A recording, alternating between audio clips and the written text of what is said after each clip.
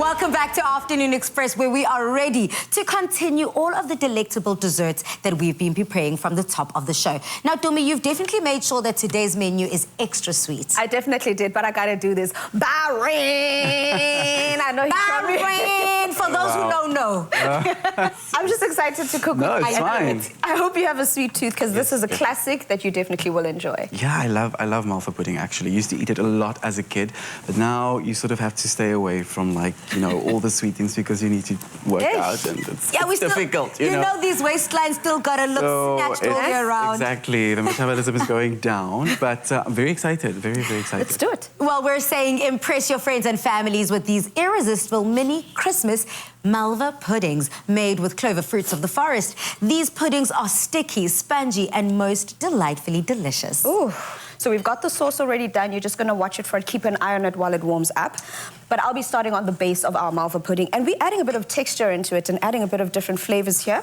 But as you can see, I've already got my eggs, sugar, butter, and our apricot jam already mixed in together. So that's the first part. And then we're going to start adding the rest of the ingredients here. We've got our flour. And as you know, whenever working with making a Malva pudding, there's that one important step where you have to have vinegar and the bicarb, because that also helps to give that beautiful bubbles inside of your Malva pudding here.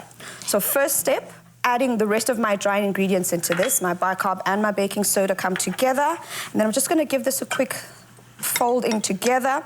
Another thing that is very important to note when making a Malva pudding, do not overmix. This is why I've also decided to mix the dry ingredients separately before I add everything together.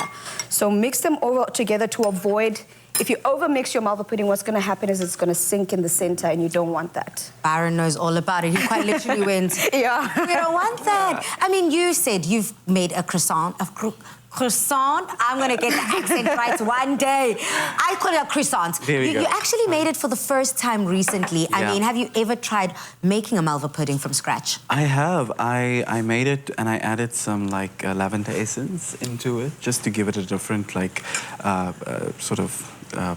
color, if you want to say it like that. And I like to play around with different fruits as well, so I even added some citrus to it, just to give it a different dimension, if you want to say it like that. Stunning. Lovely.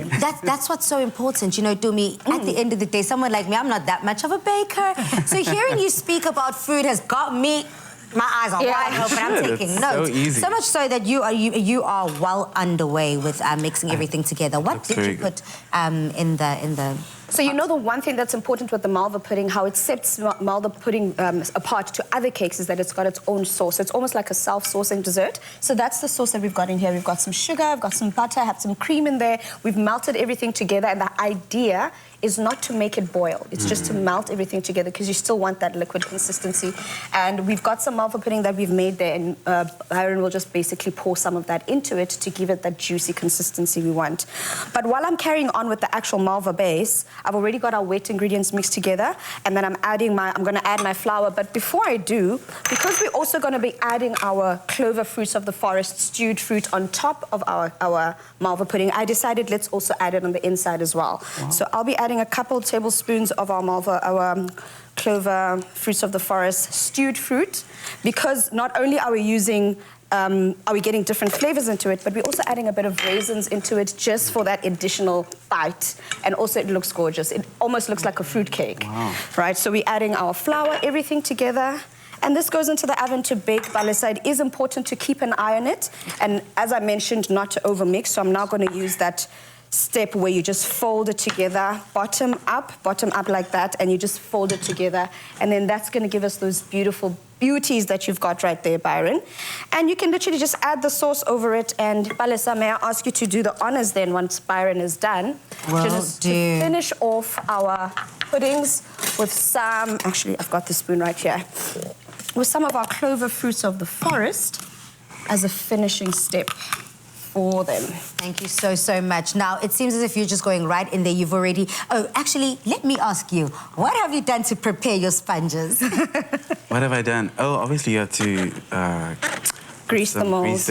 Grease the molds. And this is such a nice way of making, like, bite sizes. It's lovely, because sometimes you overeat when it's like a big, you know? So true. So this is like a fun way of making it new and... Yeah. So I put some at the bottom, and then I'm also going to put some Clover Fruits of the Forest on the top, because I love the fact that it can balance out all that sweetness. Yeah. But if you only want it on the top, then we can just...